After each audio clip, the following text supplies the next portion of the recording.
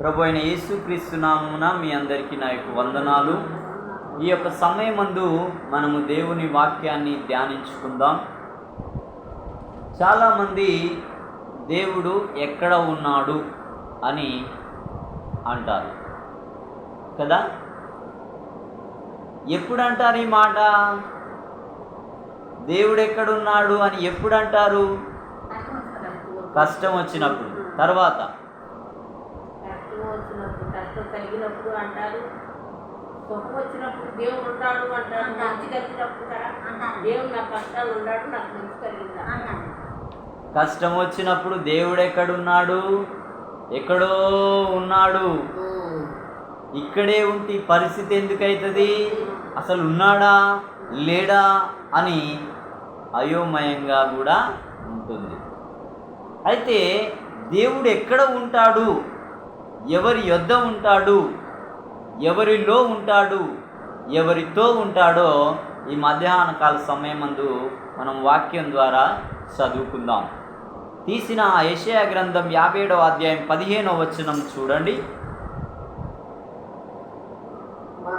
మహాగణుడును మహోన్నతుడును పరిశుద్ధుడును నిత్య నివాసియునయ్యున్న వాడు ఇలాగు సెలవిచ్చుచున్నాడు, నేను మహోన్నతమైన పరిశుద్ధ స్థలములలో నివసించువాడును, అయినను వినయము గల వారి ప్రాణమును ఉజ్జీవింప చేయుటకును, నలిగిన వారి ప్రాణమును ఉజ్జీవింప చేయుటకును, వినయము గల వారి యొద్దను దీన మనస్సు గల వారి యొద్దను నివసించుచున్నాను. అర్థమైందండి? ఈయన మహాగణుడు, మహోన్నతుడు, పరిశుద్ధుడు, నిత్య నివాసి అయ్యున్న దేవుడు. ఈ దేవుడు ఎక్కడ ఉన్నాడు అంటే, ఎవరు సమీపింపరాని తేజస్సులో అమరత్వము కలిగిన స్థలములో కోట్ల కొలది దేవదూతల చేత, కెరూబుల చేత, సెరూపుల చేత, 24 పెద్దల చేత, 4 జీవుల చేత, 7 ఆత్మల చేత పరిశుద్ధుడు పరిశుద్ధుడు పరిశుద్ధుడు అంటూ మానక దీవారాత్రములు వారు చేయు స్తుతుల పైన ఆసీనుడై ఉన్నాడు. అయినప్పటికీ ఇక్కడ ఏమంటున్నాడు చూడండి, నేను చదువుతాను. అయినను వినయము గల వారి ప్రాణమును ఉజ్జీవింపచేయుటకును, నలిగిన వారి ప్రాణాన్ని ఉజ్జీవింపచేయుటకును, వినయం గల వారి యొద్దను దీన మనస్సు గల వారి యొద్దను నివసించుచున్నాను. అర్థమైందండి? ఆయన పరలోకమందు ఉన్నాడు. భూమి మీద ఎవరి యందున్నాడు చెప్పండి? భూమి మీద ఎవరి యందున్నాడు? అక్కడ ఉంది, వినయం గల వారి ప్రాణాన్ని ఉజ్జీవింప చేయటానికి. ఈ భూమి మీద నలిగిపోవుచున్న వారి ప్రాణాన్ని ఉజ్జీవింప చేయటానికి వినయం గల వారి యొద్దను దీన మనస్సు గల వారి యొద్దను ఆయన నివాసం చేస్తున్నాడంట.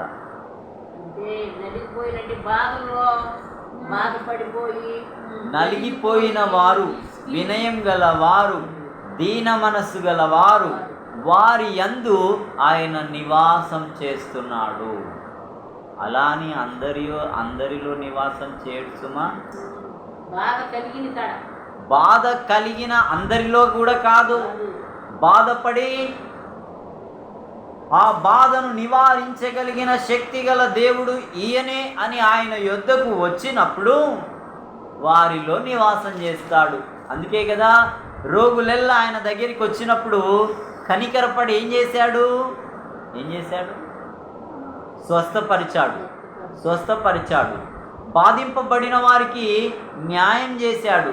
కృంగిన వారిని లేవనెత్తాడు. ఎప్పుడు అంటే ఆయన దగ్గరికి వచ్చినప్పుడు మాత్రమే అది సాధ్యం. అందుకే దేవుని వాక్యంలో దేవుని యొద్దకు రండి, అప్పుడు ఆయన మీ యొద్దకి వచ్చును అనే వాక్యం మనము చూస్తున్నాం.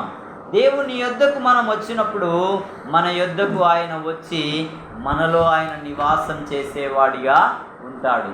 ఎంతమంది దేవుని యొద్దకు రోగాలతో వచ్చిన వారు ఉన్నారండి ప్రపంచంలో? ఎంతమంది చావు బతుకులో వచ్చిన వారు ఉన్నారండి? ఎంతమంది నలిగిపోయిన వారిగా వచ్చిన వారు ఉన్నారండి? ఎంతమంది వ్యాధిగ్రస్తులుగా ఉండి వచ్చిన వారు అయి ఉన్నారండి? వారందరి యొద్ద ఆయన నివాసం చేసి ఆయన యొక్క పొందిన గాయముల చేత ఆ బిడ్డలకి స్వస్థతనిచ్చారు. ఎందరైతే తన యొద్దకు రాలేదో వారందరూ అలాగే ఉన్నారు, లేదా చెప్పండి?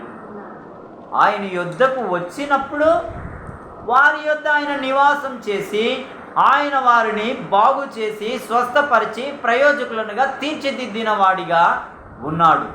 ఎవరైతే తన యొద్దకు వస్తారో, తన్ను విశ్వసిస్తారో, తన్ను అంగీకరిస్తారో వారు తన బిడ్డలుగా చేయబడతారు. వారి బిడ్డలుగా చేయబడిన వారి ఎడల దేవుడు ఏమై ఉంటాడు అంటే, నేను వరుసగా చదువుతూ ఉంటాను, మీరు వింటూ ఉండండి. చూడండి, నేను తీస్తాను వాక్యాన్ని, నేను తీసి చదువుతాను. కీర్తనల గ్రంథం 139వ కీర్తన మనం చూసుకుంటే 139వ కీర్తన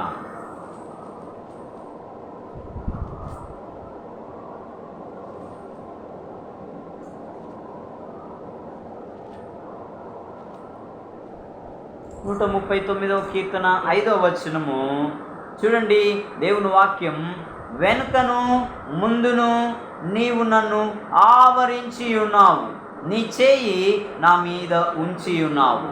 ఎవరైతే తన యొద్దకు వచ్చి తన బిడ్డలుగా, తన యొక్క భక్తులుగా, తన యొక్క వారసులుగా ఉంటారో వారి అందరి యందు దేవుడు ఏమై ఉన్నాడు అనంటే, వారి వెనకను వారి ముందును ఆవరించి తన యొక్క హస్తము వారి మీద చాచి వారిని భద్రంగా కాచి కాపాడేవాడిగా ఉంటాడు.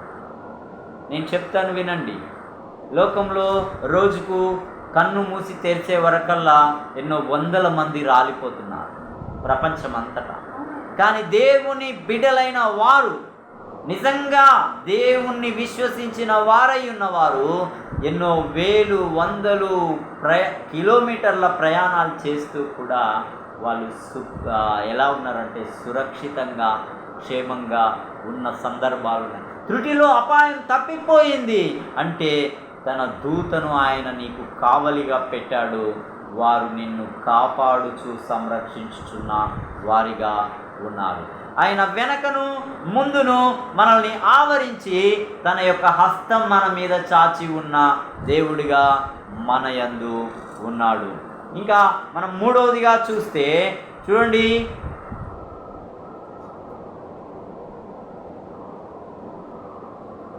ద్వితీయోపదేశ కాండం 33వ అధ్యాయము 27వ వచనాన్ని మనం 27వ వచనాన్ని మనం చూసుకుంటే, ద్వితీయోపదేశ కాండము నేనే చదువుతాను. 33వ అధ్యాయము 27వ వచనము, శాశ్వతుడైన దేవుడు నీకు నివాస స్థలం. ఏ దేవుడు అంటండి? శాశ్వతుడైన దేవుడు. అంటే ఆరంభం లేదు, ఆయనకి ముగింపు లేదు. ఆయన ఉన్నవాడు అనువాడు, ఆయన ఎల్లప్పుడూ ఉండేవాడు, మార్పు చెందని వాడు. ఆ దేవుడు అంట మనకు నివాస స్థలం. మనం ఇంట్లో ఎలా ఉంటామండి? 4 గోడలు సంరక్షణగా ఉంటాయి, ఆ డోర్లు ఉంటాయి, కిటికీలు ఉంటాయి. వాటిలో నుంచి ఏదైనా లోపలికి రాగలుగుతుందా? లేదు. అలాగే మన దేవుడు మనం వెళుతున్న ప్రతి స్థలంలోనూ, మనం కూర్చున్న ప్రతి స్థలంలోనూ, మనం ప్రయాణం చేస్తున్న స్థలంలోనూ, మనం పని చేసే స్థలంలోనూ, అపాయకరమైన స్థలాల్లో ఉన్నప్పటికీ ఆయన ఎలా ఉన్నాడు తన బిడ్డల పక్షాన అంటే నివాస స్థలంగా ఆయన ఒక ఇల్లుగా మనకు ఉన్నాడు. ఇంకేమంటున్నాడంటే, నిత్యముగా ఉండు తన యొక్క హస్తం మన క్రింద ఉందంట. అర్థమైందా? మన క్రింద ఆయన చేయి ఉందంట. ఇందాక మనం చూసాం, ఆయన చెయ్యి ఒకటి పైన ఉంది, రెండోది ఆయన చెయ్యి మన క్రింద. ఈ 2 చేతుల క్రింద ఎవరు ఉన్నాం? మనమున్నాం. మనమంటే తన్ను విశ్వసించి ఎందరూ అంగీకరించారో వారందరూ ఎక్కడ ఉన్నారంటే 2 చేతుల కింద సంరక్షణగా ఉన్నారు. కాబట్టి మనం దేవుడు ఎక్కడున్నాడు అంటే, దేవుడు వినయము గల వారి యొద్దను, నలిగిన వారి యొద్దను, దీన మనస్సు గల వారి యొద్దను నివసిస్తున్నాడు. తన కుమారుడైన క్రీస్తును విశ్వసించిన ప్రతి ఒక్కరికి ఆయన వెనక ముందు ఆయన ఆవరించి తన హస్తమును వారి మీద ఉంచి ఉన్నాడు. అంత మాత్రమే కాకుండా తన వారికి ఆయన నివాస స్థలముగా ఉన్నాడు. తన యొక్క బాహువు మన క్రింద ఉన్నది.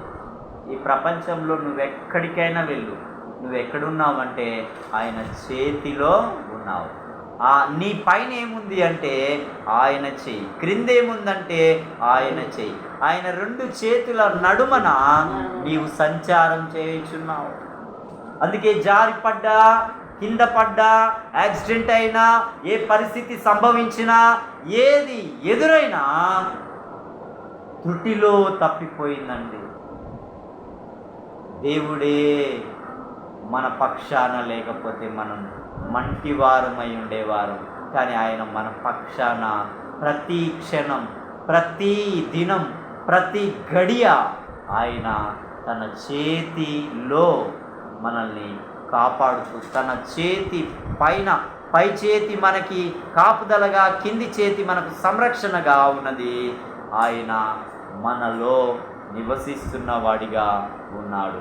ఇంకా మనం చూసుకుంటే ముందుకు వెళ్దాం. చూడండి, 1 కొరింథీయులు రాసిన పత్రిక 3వ అధ్యాయము 16వ వచనాన్ని మనం చూసుకుంటే, 1 కొరింథీయులు రాసిన పత్రిక 3వ అధ్యాయము 16వ వచనము. మొదట ఇది కాపాడాడండి, ఎంతగా చెప్పుకున్నాను. ఇది కానీ 1 కొరింథీయులు రాసిన పత్రిక 3వ అధ్యాయము 16వ వచనము.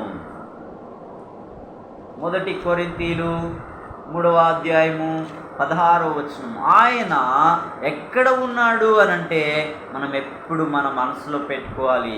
ఆయన ఎక్కడో లేడు, ఆయన మనలో ఉన్నాడు. చూడండి, ఆ మాట నేను చదివి వినిపిస్తాను. 3వ అధ్యాయం 16వ వచనం. మీరు దేవుని ఆలయమై ఉన్నారు. మనమే ఆయన ఆలయం అంట. మనలో ఆయన పరిశుద్ధాత్మ నివాసం చేస్తున్నదంట. చూడండి,